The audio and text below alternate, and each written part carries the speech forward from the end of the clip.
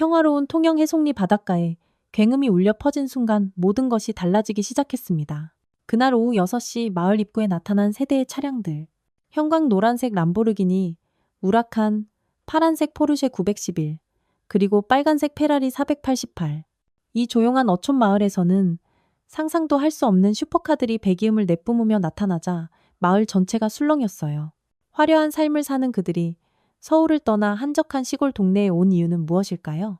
지민은 민박 2층 창문에서 그 광경을 내려다보며 뭔가 이상하다는 생각이 들었습니다. 차에서 내린 10명의 20대 남자들. 언뜻 보면 돈 많은 젊은 사업가들 같았지만 분명히 달랐거든요. 목과 팔에 새겨진 문신들, 귀걸이와 목걸이로 치장한 모습. 그리고 무엇보다 걸음걸이부터가 평범하지 않았어요. 안녕하세요, 어르신. 서울에서 온 사업가들입니다. 리더격으로 보이는 남자가 할머니에게 말했습니다. 민혁이라고 소개한 그는 목 양쪽에 용문신이 선명했고 금리가 번쩍거렸어요. 정중한 말투였지만 눈빛이 차갑고 말끝마다 특유의 거친 억양이 섞여 있었습니다. 이틀 정도만 머물 예정이에요. 휴가차 온 건데 조용히 지낼게요. 그렇게 말하면서도 바닥에 침을 하고 뱉더군요. 이미 한 명은 담배를 꺼내 물고 있었고 다른 조직원은 아씨 여기 진짜 시골이네 라고 중얼거렸어요. 민혁이 그를 툭 치며 야, 말 좀 조심해라고 했지만 웃으면서 하는 말이라 진심은 아닌 것 같았습니다. 할머니는 뭔가 분위기가 이상하다는 걸 직감하셨지만 성수기도 아닌 시기에 큰 손님들을 거절할 수는 없으셨어요. 네, 그럼 편하게 쉬다 가세요. 할머니 말이 채 끝나기도 전에 누군가 차량 트렁크에서 대형 블루투스 스피커를 꺼내며 힙합 음악을 틀기 시작했습니다. 쿵쾅쾅, 쿵쾅쾅. 평생 파도 소리와 갈매기 울음소리만 들어온 마을에 갑작스럽게 울려 퍼지는 클럽 음악. 지민은 창문을 살짝 닫으며 눈살을 찌푸렸어요. 첫날 저녁 7시, 이들은 오늘 첫날이니까 파티 좀 하자며 바비큐를 시작했습니다. 민박 앞 작은 마당에 테이블을 펼치고 고기를 굽기 시작했어요. 처음 한두 시간은 그냥 젊은 사람들이 휴가를 즐기는 것처럼 보였습니다. 하지만 술이 들어가기 시작하면서 완전히 달라졌어요. 아, 음악 더 크게 틀어. 여기 산골짜기도 아니고. 형, 여기 와이파이 개 느려. 게임 못하겠네. 야, 그냥 공기도 좋고 즐겨. 비즈니스 끝나면 바로 서울 간다. 목소리가 점점 커지고 웃음소리도 거칠어졌습니다. 지민은 방에서 대학 입학 준비를 하려고 했지만 도저히 집중할 수 없었어요. 밤 9시쯤 민박 화장실을 다녀오려던 지민이 1층으로 내려왔을 때였습니다. 누구야? 위층에 누가 있었나? 술에 취한 한 조직원이 지민을 발견하고 큰 소리로 말했어요. 순간 다른 조직원들의 시선이 모두 지민에게 쏠렸습니다. 어이, 고딩이야. 대학생이야? 민혁이 비틀거리며 다가왔어요. 술 냄새와 담배 냄새가 섞인 숨결이 역겨웠습니다. 저는 그냥 지민이 뒤로 물러서려 했지만 다른 조직원 2명이 양쪽을 막아섰어요. 오, 나이가 어떻게 되는데? 대학생이면 술 마셔도 되는 나이잖아. 우리랑 같이 한 잔 어때? 싫어요. 저는 안 마셔요. 지민이 손사래를 치며 거절했지만 이들은 더욱 끈질기게 따라붙었어요. 야, 왜 그렇게 피해? 우리가 나쁜 사람들이야? 친구들도 좀 불러와. 같이 놀면 재밌을 텐데. 정말 싫다고 했잖아요. 지민이 목소리를 높이자 분위기가 싸늘해졌습니다. 민혁의 표정이 차갑게 변했어요. 이거 말 안 듣네. 좋게 말할 때 들어야지. 누군가 지민의 팔목을 거칠게 붙잡았습니다. 지민이 뿌리치려 하자 더 세게 잡아당겼어요. 놓아주세요. 할머니! 지민이 소리쳤지만 할머니는 마을 이장님 댁에 볼 일이 있다며 잠깐 나가신 상태였어요. 조직원들의 웃음소리만 더 커졌습니다. 할멈 없네? 타이밍 죽이는데? 시골 처자가 성깔이 있네? 친구 번호나 알려줘. 내일 불러서 같이 놀자. 지민이 계속 거부하자 한 명이 지민을 질질 끌고 가기 시작했어요. 지민이 발버둥 치다가 그만 무릎부터 바닥에 쓰러지고 말았습니다. 아스팔트에 쓸린 무릎에서 피가 스며 나왔지만 지민에게는 아픔보다 공포가 더 컸어요. 지민의 비명소리가 밤 공기를 갈랐지만 조직원들은 오히려 박수를 치며 웃어댔습니다. 야, 이거 재밌네. 시골 처자 넘어지는 거 처음 보네. 그 순간 가까스로 몸을 빼내고 옆집으로 뛰어간 지민. 떨리는 손으로 문을 두드렸어요. 아줌마, 도와주세요. 옆집 아줌마가 문을 열어주며 깜짝 놀랐습니다. 지민아, 왜 이래? 무릎에서 피가, 아이고, 무서워라. 그 사람들이 그날 밤 지민은 옆집에서 잠을 청했지만 새벽 2시까지도 들려오는 음악 소리와 웃음소리 때문에 잠들 수 없었어요. 둘째 날 아침, 할머니가 마당을 청소하시며 한숨을 쉬고 계셨습니다. 곳곳에 담배꽁초와 맥주캔, 그리고 토사물까지 널려 있었거든요. 지민이 옆집에서 돌아오자 할머니가 미안한 표정으로 말씀하셨어요. 지민아, 오늘까지만 참자. 오늘 오후에 갈 거래. 하지만 그 기대는 오래가지 못했습니다. 오후 3시쯤 민혁이 할머니에게 다가왔어요. 어르신, 우리 비즈니스가 아직 해결이 안 됐거든요. 하루 더 있을 거예요. 네? 하지만 오늘 예약 손님이 그냥 돌려보내. 우리 아직 비즈니스 안 끝났다는 소리 못 들었어? 민혁의 목소리에 위협이 담겨 있었어요. 뒤에 서 있던 다른 조직원들도 할머니를 노려보고 있었습니다. 할머니는 떨리는 목소리로 대답하셨어요. 알겠습니다. 그날 저녁부터 이들의 행동은 더욱 거칠어졌습니다. 첫날보다 훨씬 대놓고 행동하기 시작했어요.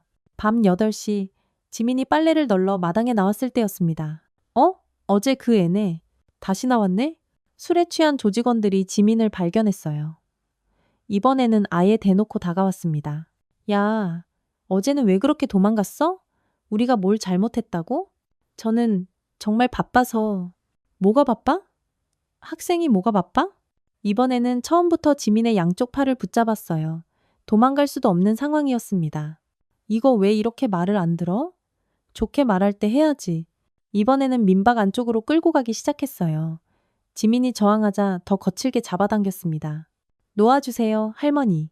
시끄럽게 왜 이래? 조용히 해. 한 명이 지민의 입을 막으려 했습니다. 지민이 필사적으로 저항하자 민혁이 나섰어요. 야, 너무 시끄러워. 2층으로 데려가. 안 돼요. 놓아주세요. 지민이 비명을 지르며 발버둥 쳤지만 3명이 달라붙어 계단으로 끌고 가기 시작했어요. 바로 그때였습니다. 검은 그림자 하나가 스치며 내 동생한테서 손떼. 차갑고 단호한 목소리가 민박 현관에서 울려 퍼졌어요. 모든 조직원들이 고개를 돌려 현관을 바라봤습니다. 거기에는 군복 차림의 여자가 서 있었어요. 20대 후반으로 보이는 그 여자의 눈빛은 얼음처럼 차가웠습니다. 누구야? 너? 민혁이 지민을 놓지 않은 채 물었어요. 마지막으로 말한다. 내 동생한테서 손떼라고. 서연의 목소리에는 분노가 가득했습니다.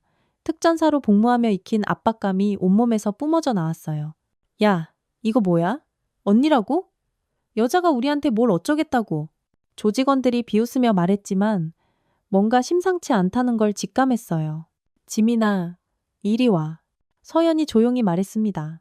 지민이 조직원들을 뿌리치고 언니에게 달려갔어요. 언니! 지민이 서연 품에 안기며 울음을 터뜨렸습니다. 서연은 동생의 찢어진 옷과 상처난 무릎을 보며 분노가 치밀어 올랐어요. 야, 우리가 뭘 잘못했다고 그래? 그냥 같이 놀자고 한 건데.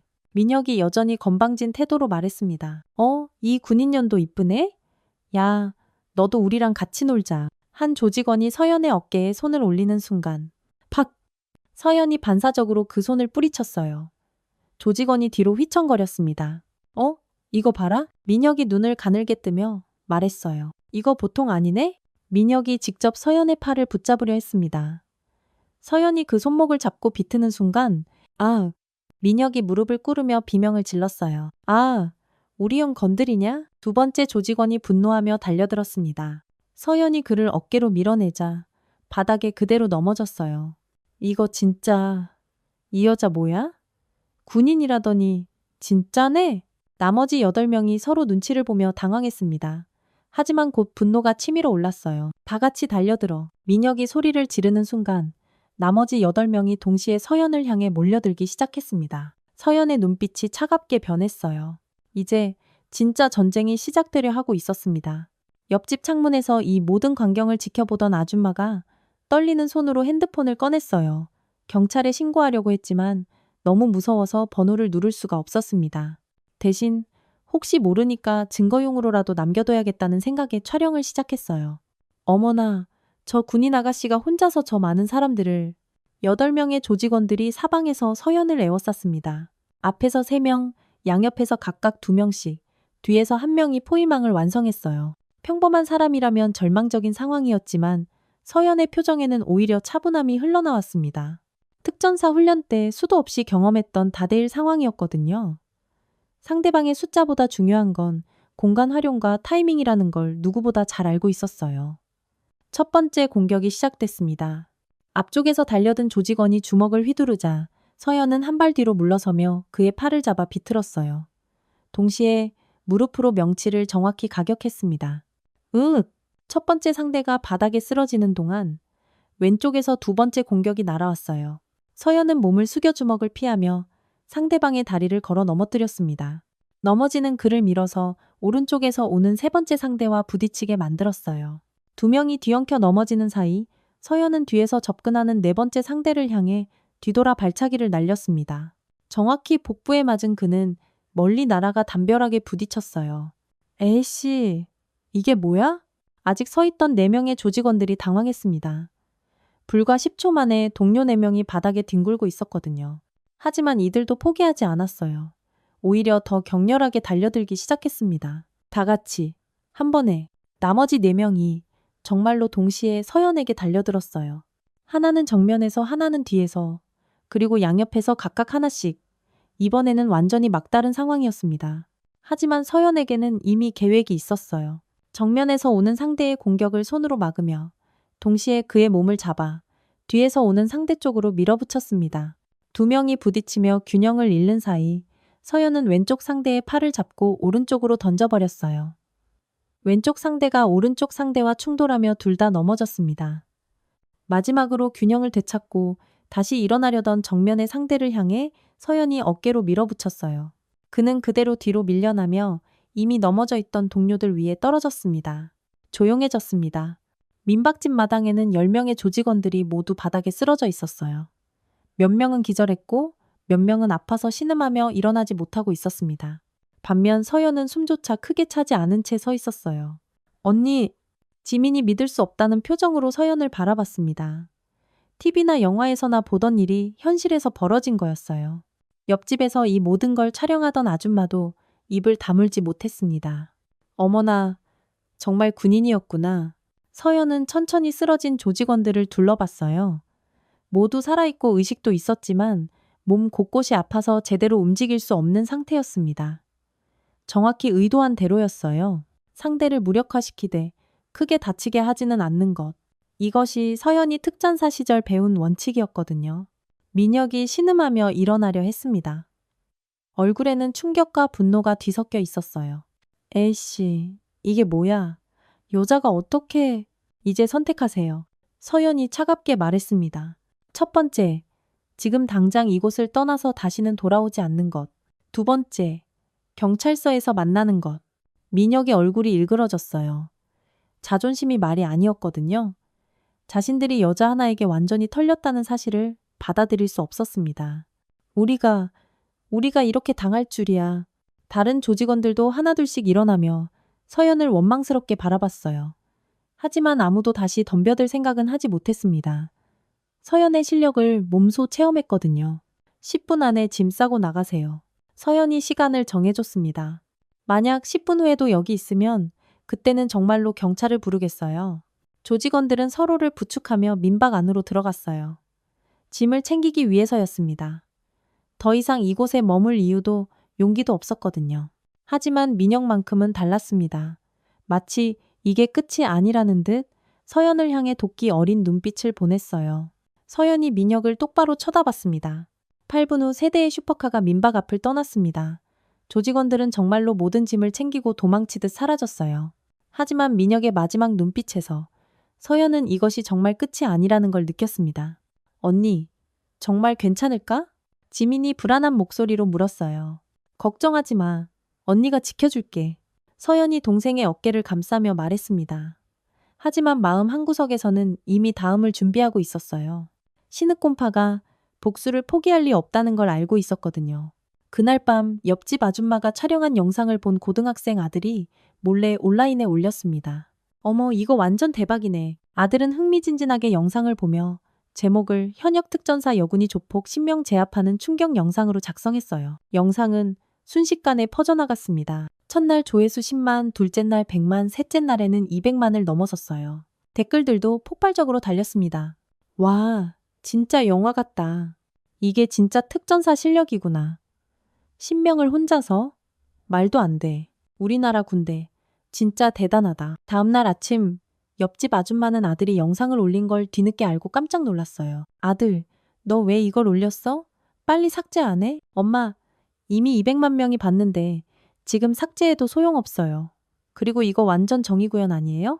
며칠 후 서연에게 부대에서 간단한 연락이 왔습니다. 강중희, 인터넷 영상건으로 연락했어. 무슨 일이 있었던 거야? 민간인들이 제 동생을 위협해서 정당방위로 제압했습니다. 상황 보고서 올려도 정당방위라면 문제 없을 거야. 하지만 이런 일이 또 발생하면 곤란할 수 있어. 조심해. 네, 대대장님. 무리를 일으켜 죄송합니다. 휴가 며칠 더 늘려줄 테니까 가족들과 시간 보내고 와. 서연은 생각보다 부대 반응이 간단해서 안도했습니다. 한편 서울 강남구 신논현역 근처. 겉으로는 평범해 보이는 4층짜리 리모델링된 건물. 하지만 이곳은 신흑곰파가 신종 사기 수법으로 온라인 도박장을 운영하며 어마어마한 돈을 벌어들이는 본부였습니다. 1층은 가짜 IT 회사로 위장되어 있었고 2층과 3층에는 수십 대의 컴퓨터와 모니터가 빼곡히 들어차 있었어요. 20대 직원들이 24시간 교대로 온라인 도박 사이트를 운영하고 있었습니다. 하루 매출만 수억 원에 달하는 거대한 사업이었거든요. 신흑곰파의 주력 사업은 성인들을 대상으로 한 스포츠 베팅과 카지노 게임이었어요. 하지만 최근에는 포화 상태에 다다르면서 새로운 고객층을 노리고 있었습니다. 바로 용돈이 부족한 중고등학생들이었죠. 게임처럼 포장한 도박 앱을 통해 학생들까지 끌어들이려는 계획이었거든요. 4층 회의실에서 보스 윤태식이 손가락으로 책상을 톡톡 치며 초조하게 기다리고 있었습니다. 그의 얼굴에는 분노가 가득했어요. 10년 넘게 조직을 이끌어오면서 이런 굴욕을 당한 건 처음이었거든요. 문이 열리며 민혁과 나머지 조직원 9명이 들어왔어요. 모두 상처투성이에 기가 죽어있는 모습이었습니다. 앉아! 윤태식의 목소리는 차가웠습니다. 조직원들은 조심스럽게 의자에 앉으며 눈치를 봤어요. 신규 프로젝트는 그것도 전부 중단했습니다. 이런 상황에서 새로운 사업을 시작하기엔 윤태식이 주먹을 꽉 쥐었습니다. 조직원들은 고개를 숙일 수밖에 없었습니다. 정말로 그들의 실수 때문에 조직 전체가 타격을 받은 거였으니까요. 이것들아, 그 어린 여자 하나 제압을 못해서 이 꼴을 당해? 그 순간 윤태식이 태블릿을 민혁 앞으로 밀어내며 말했습니다. 영상 봤어? 200만 명이 우리가 털리는 걸 다 봤다고. 영상이 재생되자 조직원들의 얼굴이 굳어졌습니다. 댓글창에는 신명이 여자 하나한테 완전 개웃김 같은 조롱이 가득했어요. 좋아, 이번엔 제대로 해결하자. 이렇게 굴욕을 당할 순 없지. 제대로 보여줘야지. 센 놈들로 신명 투입시켜. 윤태식의 눈빛이 차갑게 변했습니다. 우리 조직에서 가장 강한 놈들만 골라서 보낼 거야. 조직원들이 긴장한 표정을 지었어요. 윤태식이 말하는 가장 강한 놈들이 누구인지 알고 있었거든요. 유도 경력 10년 박민수, 그리고 예전에 프로복서였던 이강호까지. 진짜 실력자들만 모아서 보내는 거야. 민혁이 놀란 표정을 지었습니다. 보스님, 그 사람들은 보통 일에는 안 쓰는... 이게 보통 일이야? 우리 조직 전체가 웃음거리가 됐는데 윤태식이 소리를 질렀어요. 이미 조사 다 끝났어. 강서연 중위 26세, 동생은 강지민 19세. 윤태식이 책상 서랍을 열며 파일을 꺼냈어요. 경찰 문제는 민혁이 걱정스럽게 물었습니다. 별 문제 없을 거야. 우리가 뭘 했다고 신고하겠어? 구체적인 증거도 없고. 윤태식이 비웃으며 말했어요. 내일 새벽에 출발한다. 이번엔 확실히 끝내자. 한편 통영 해송리에서는 서연과 지민이 경찰서로 향하고 있었어요. 며칠 전 사건 이후 계속 불안했는데 지민이 들었던 이야기 때문에 더욱 걱정이 됐거든요. 언니, 정말 신고해야 해요? 지민이 불안한 목소리로 물었습니다. 내가 들은 게 정말이라면 다른 학생들이 피해를 볼 수도 있어. 서연이 동생의 손을 꽉 잡으며 말했어요. 경찰서에 도착한 두 사람을 담당 경찰관이 맞아주었습니다.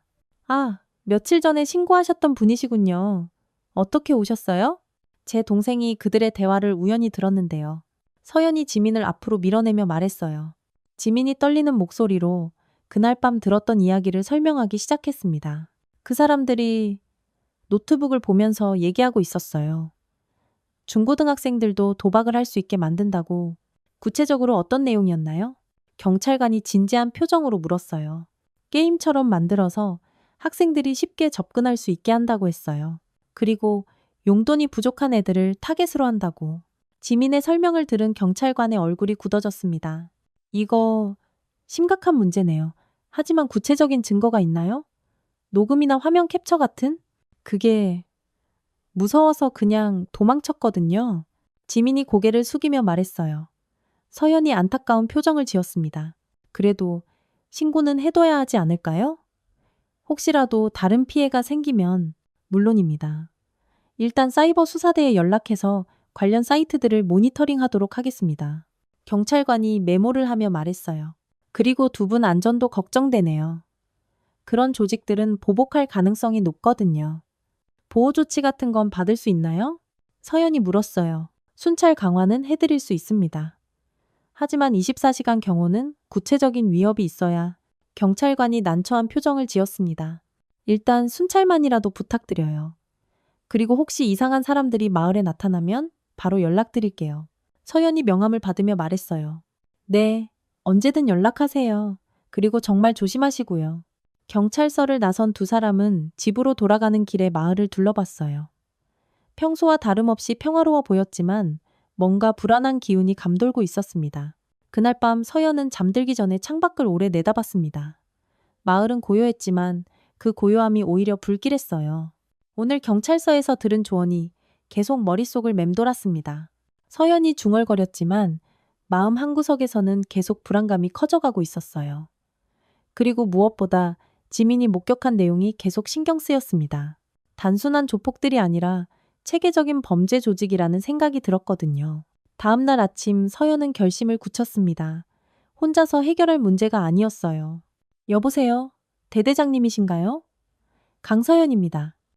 서연이. 휴가 잘 보내고 있나? 무슨 일이야? 상황이 심각합니다. 보고 드릴 일이 있어서요. 서연이 진지한 목소리로 말했어요. 어떤 상황이지? 며칠 전 조직폭력배들과 충돌이 있었는데 단순 조폭이 아니라 하이테크 사이버 범죄 조직인 것 같습니다. 대대장의 목소리가 진지해졌어요. 구체적으로 설명해봐. 온라인 도박장을 운영하면서 중고생까지 타깃으로 하는 조직입니다. 제 동생이 그들의 계획을 직접 목격했고 경찰에도 신고했지만 구체적 증거 부족으로 적극적인 조치는 어려운 상황입니다. 보복 가능성은 매우 높습니다. 그들의 사업에 막대한 타격을 줬고 전국적으로 망신을 당한 상태라서요. 대대장이 잠시 생각하더니 말했어요. 민간인 보호가 우선이군. 혼자서 감당하기엔 너무 위험해 보여. 그래서 연락드렸습니다. 어떻게 해야 할지. 지원팀을 보내주겠어. 박중사랑 김상사면 괜찮겠나? 네? 둘 다 제 동기들입니다. 서연의 얼굴에 안도감이 스쳤어요. 정말 감사합니다, 대대장님. 전화를 끊은 서연은 처음으로 마음이 놓였어요. 혼자가 아니라는 생각에 든든했거든요. 바로 그 순간 서울에서는 신흥곰파의 정예 멤버 10명이 복수를 위해 마지막 준비를 마치고 있었어요. 이들은 모두 격투기 경험이 있는 진짜 실력자들이었습니다. 내일 새벽 5시에 출발한다. 이번엔 절대 실패하면 안 돼. 윤태식이 마지막 지시를 내렸어요. 통영 해송리 마을 입구에 검은색 SUV 세대가 조용히 나타났습니다. 신흥곰파의 정예 멤버 10명이 마침내 복수를 위해 도착한 거였어요. 이번에는 지난번과 달랐습니다. 모두 진짜 실력자들이었거든요. 차에서 내린 이들의 모습은 이전 조직원들과는 확연히 달랐어요. 헬스로 다져진 최강철은 다부진 체격에 날카로운 눈빛을 하고 있었고 유도 경력 10년의 박민수는 어깨가 유난히 넓었습니다. 그리고 예전 프로복서였던 이강우는 걸음걸이부터가 달랐어요. 민혁이 이들을 이끌며 민박으로 향했습니다. 지난번의 치욕을 씻어내겠다는 의지가 그의 얼굴에 가득했어요. 이번에는 절대 실수하면 안 돼. 민혁이 낮은 목소리로 말했습니다. 다른 조직원들도 고개를 끄덕이며 긴장한 표정을 지었어요. 한편 바다양 민박에서는 서연이 이미 깨어나 있었습니다. 평소보다 일찍 잠에서 깬 건 묘한 불안감 때문이었어요. 창밖을 내다보니 아직 어둠이 가시지 않았지만 뭔가 이상한 기운이 감돌고 있었습니다. 언니? 지민이 잠에서 깨어 방에서 나왔어요. 일찍 일어났네. 괜찮아? 네. 그런데 언니 표정이 안 좋아 보여. 지민이 걱정스럽게 말했습니다. 서연은 억지로 미소를 지으며 동생을 안심시키려 했어요. 괜찮아. 그냥 잠이 안 와서. 하지만 서연의 마음속에서는 계속 경보가 울리고 있었습니다. 특전사로서 익힌 위험 감지 능력이 뭔가 심상치 않다고 말하고 있었거든요. 오전 7시 할머니가 일어나서 아침 준비를 시작했어요. 평소와 다름없는 일상처럼 보였지만 서연만은 계속 창밖을 주시하고 있었습니다. 그때였습니다. 멀리서 검은색 차량들이 마을로 들어오는 게 보였어요. 서연의 온몸에 긴장이 돌았습니다. 직감적으로 알 수 있었어요. 그들이 온 거라는 걸 말이죠. 지민아, 할머니. 서연이 조용하지만 단호한 목소리로 불렀어요. 안쪽 방으로 들어가 계세요. 문 잠그고 절대 나오지 마세요. 언니, 왜 그래요? 지민이 놀란 표정을 지었습니다. 지금 설명할 시간 없어. 빨리. 서연의 진지한 표정을 본 지민과 할머니는 더 이상 묻지 않고 안쪽 방으로 들어갔어요. 서연은 군복으로 갈아입으며 마음을 가다듬었습니다. 민박 앞에 차들이 멈춰섰어요. 10명의 조직원들이 차례로 내리기 시작했습니다. 이번에는 지난번과 달리 조용했어요. 큰 소리를 내지도 않고 음악을 틀지도 않았습니다. 오직 한 가지 목적만 가지고 온 거였거든요. 서연이 민박 앞으로 나왔습니다. 10명의 남자들이 자신을 에워싸고 있는 모습을 보며 심장이 빨리 뛰기 시작했어요. 하지만 표정은 전혀 흔들리지 않았습니다. 또 왔네? 서연이 차가운 목소리로 말했어요. 이번에는 다르다. 민혁이 나서며 말했습니다. 그의 뒤에 서 있는 9명의 남자들은 모두 범상치 않은 분위기를 풍기고 있었어요. 뭐가 다른데? 이번에는 진짜 실력자들을 데려왔거든. 최강철이 한 발 앞으로 나서며 말했어요. 그의 자세에서는 자신감이 넘쳐났습니다. 서연이 신명을 둘러보며 상황을 파악했어요. 이들의 움직임과 자세를 보니 정말로 다른 수준이었습니다. 지난번처럼 쉽게 해결될 상대들이 아니었어요. 동생은 어디 있어? 박민수가 물었습니다. 너희와는 상관없는 일이야? 서연이 단호하게 대답했어요. 상관없다고? 우리 보스가 직접 지시한 일인데? 이강호가 주먹을 쥐며 말했습니다. 프로복서 출신답게 그의 주먹에서는 위압감이 느껴졌어요. 서연은 마음속으로 빠르게 계산했습니다. 신명을 상대로 정면 승부를 하기에는 불리했어요. 하지만 도망갈 수도 없었습니다. 지민과 할머니가 안에 있었거든요. 좋아. 그럼 나부터 상대해봐. 서연이 전투 자세를 취했습니다. 최강철이 가장 먼저 달려들었어요. 운동으로 다진 특유의 빠른 발차기가 서연을 향해 날아왔습니다. 하지만 서연은 침착하게 피하며 반격했어요. 상대방의 다리를 잡고 비틀어 넘어뜨렸습니다. 으악! 최강철이 바닥에 쓰러지자 박민수가 즉시 달려들었어요. 유도 기술로 서연을 잡으려 했지만 서연이 더 빨랐습니다. 팔꿈치로 명치를 가격하며 상대를 제압했어요. 하지만 이번에는 달랐습니다.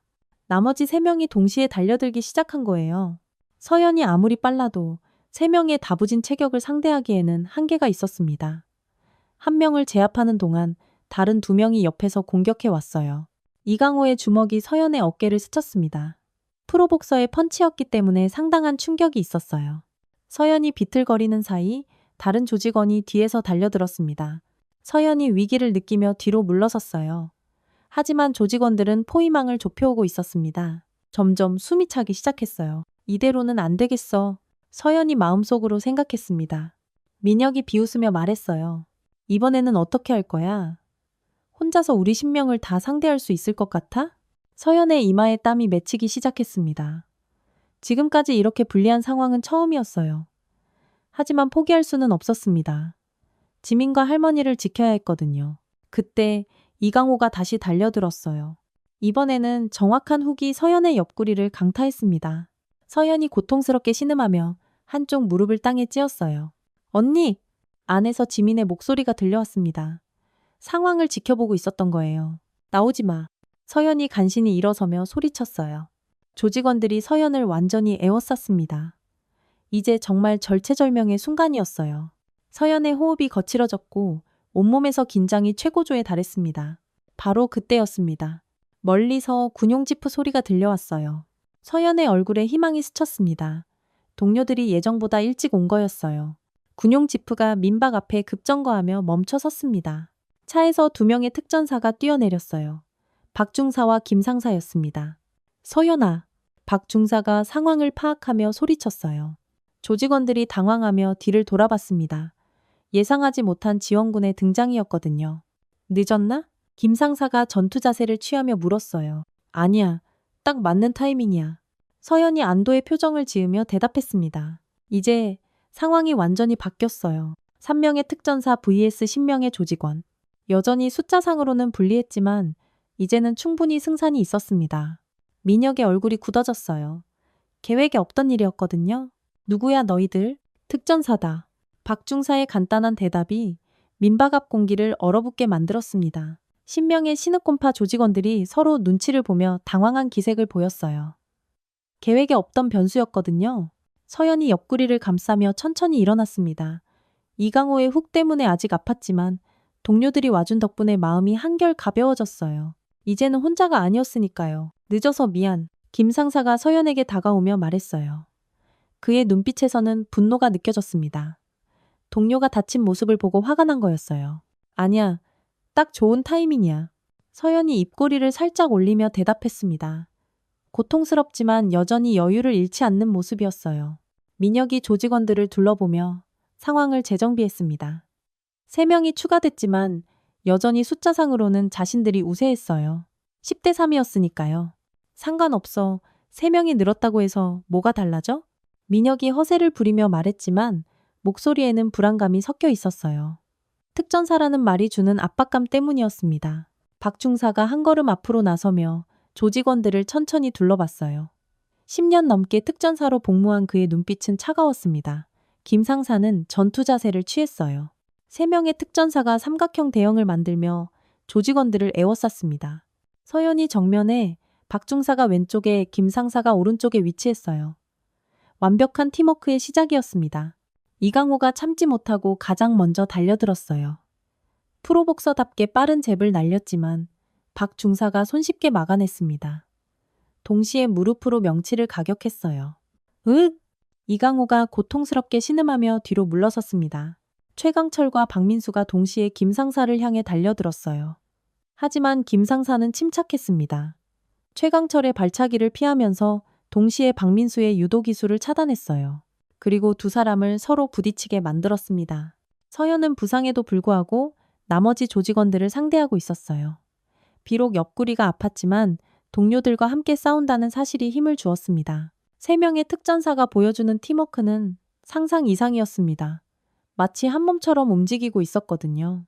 박중사가 손신호를 보내면 서연과 김상사가 즉시 이해하고 대응을 바꿨어요. 이번에는 3명이 동시에 공격에 나섰습니다. 각자 다른 방향에서 4명씩 상대하기 시작했어요. 조직원들이 분산되면서 개별 대응이 어려워졌습니다. 서연이 회복된 컨디션으로 3명을 상대했어요. 아까와는 달리 여유가 느껴졌습니다.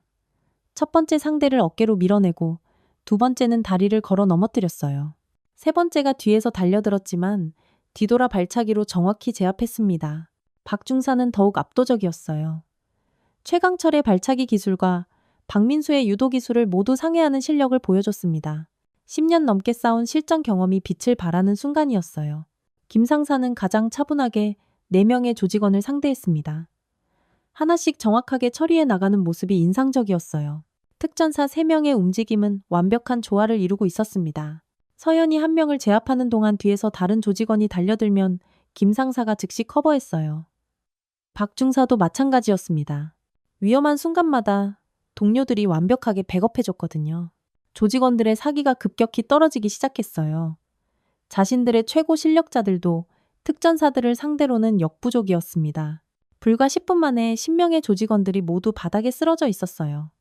몇 명은 기절했고 몇 명은 아파서 일어나지 못하고 있었습니다.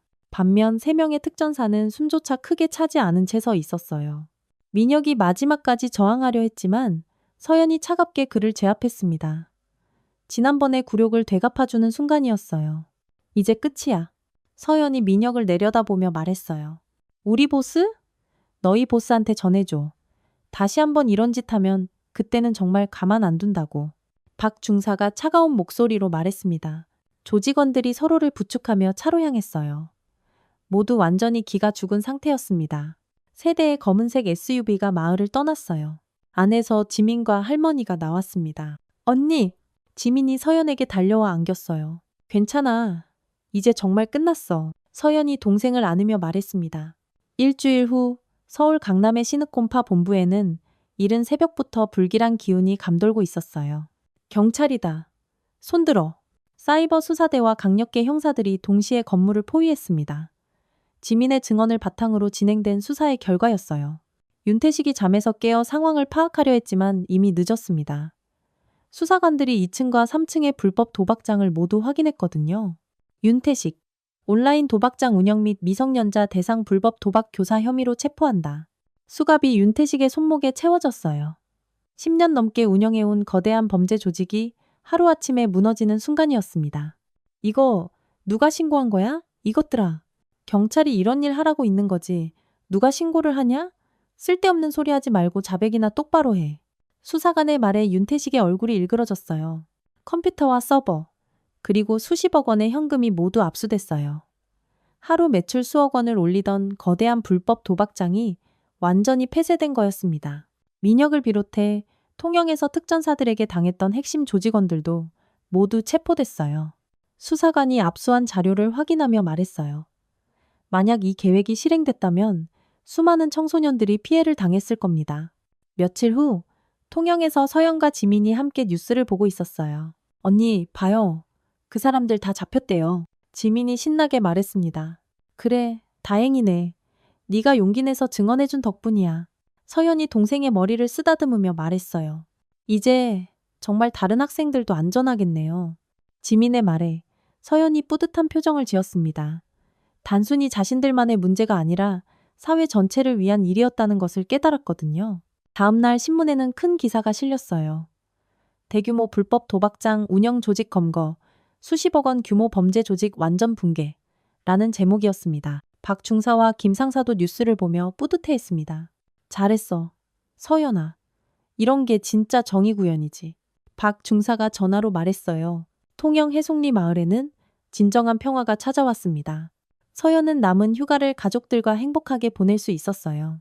그리고 무엇보다 지민의 용기가 많은 청소년들을 구해냈다는 것이 가장 큰 보람이었습니다. 특전사들의 팀워크와 지민의 용기가 만들어낸 완벽한 승리였고 진정한 정의의 실현이었어요.